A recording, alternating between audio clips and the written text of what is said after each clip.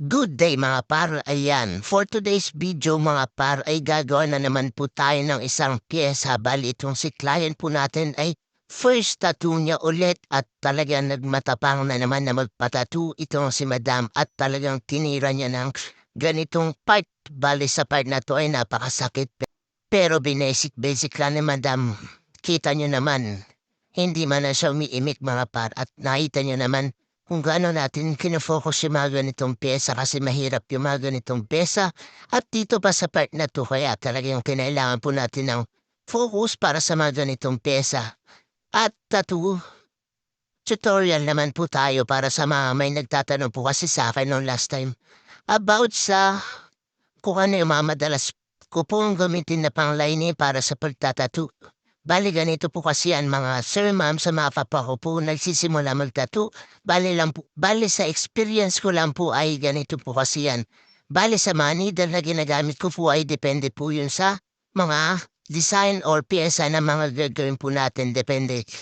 Kung malaking pyesa po ba yung gagawin nyo or maliit, nakadepende po yun sa size ng mga needle, mga par. At ituturo po natin yun sa mga next na mga vlog po natin. At lalagyan po natin ng mga tutorial at gagawin po natin yan ng mga effort para magawan po natin yung mga request nyo kung ano yung mga ginagamit pong needle para sa mga pyesa. Bali, bibigyan ko po kayo ng idea para magka-idea po kayo.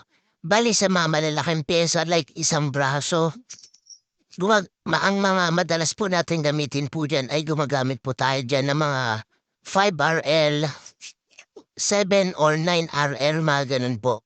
Pero hindi po yun yung final. Depende pa rin po yun sa pyesa, sa details, or laki ng pyesa. Bali, madalas kong gamitin na 3RL is more on fine lines or mga minimal tattoo. Ayan, sana nagka-idea po kayo sa mga sinabi ko mga sir, ma'am. At para naman sa mga shader po ay depende rin po yan sa piyesang ginagamit natin. Bali, ganito, bibigyan ko po ulit kayo ng isang idea kung ano yung mga madalas kong gamitin naman po sa mga needle. Ang ginagamit ko po mga sir ma'am sa mga smooth shading like yung mga mukha, yung mga pisngi ng mukha para na-achieve ko yung mga mukha na smooth shading ginagamitan po natin yan ng malalapad na mga shader like 21RM, 23RM, 25RM to 27RM. Yan po yung mga ginagamit natin para sa ganon ay maging smooth at mas mapabilis po natin gawin yung mga piyesang ginagawa natin. Hindi naman sa pagmamabilis pero para mas mabilis po natin ma-achieve po yung gusto nating mangyari sa kakalabasan ng piyesa. Bali, ang technique ko naman po sa smooth shading ay ginagamitan po natin yan ng madaming layering para ma-achieve po natin yung smooth na transition ng kinokopya natin or ginagawa po natin. Ganyan po yung ginagawa natin mga par.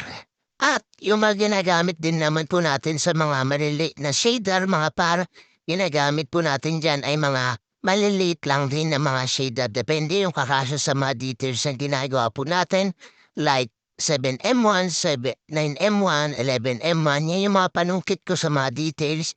Yung mga mahirap kuhanin ng mga malaking malalapad na mga shader. At gumagamit din naman po tayo ng mga 7RM, 9RM, 15RM, like that. Yan naman yung mga pang-smooth shading natin sa mga maliliit na mga pyesa mga par. At napahaba na naman po tayo sa mga ating kwentuhan at ito malapit na ulit natin ginagawa tong pyesa. Malapit na po natin matapos tong pyesa. Bali yung ginamit po natin technique po pala dito sa pag-shade dito mga par ay ginamitan po natin yan ng whip shading na 3RL. Bali ang ginamit po natin dyan na needle po mga sir ma'am ay gumamit po tayo ng 5RL and 3RL mga par. Yung 5RL ginamit po natin sa pang-lining mga par. At yung 3RL ay yung pinang-shading po natin para ma-achieve po natin yung gusto nating kalabasan ng ating tattoo design at tattoo ni Madam. Bali yan din kasi na-request ni Madam na ipapagawa. At ito yung final outcome ng ating ginawa. Sa mga gusto po magpa-schedule dyan mga par, mga boss, mga madam, pwede niyo po i-recta message sa aking FB account. Pwede niyo rin akong bisitahin sa aking shop, Hotel Venice Room 54, second floor. At dito makikita nyo ang aming tattoo shop mga boss. At yan, maraming salamat po sa lahat ng mga sumusuporta at see you soon on my next vlog. Salamat po.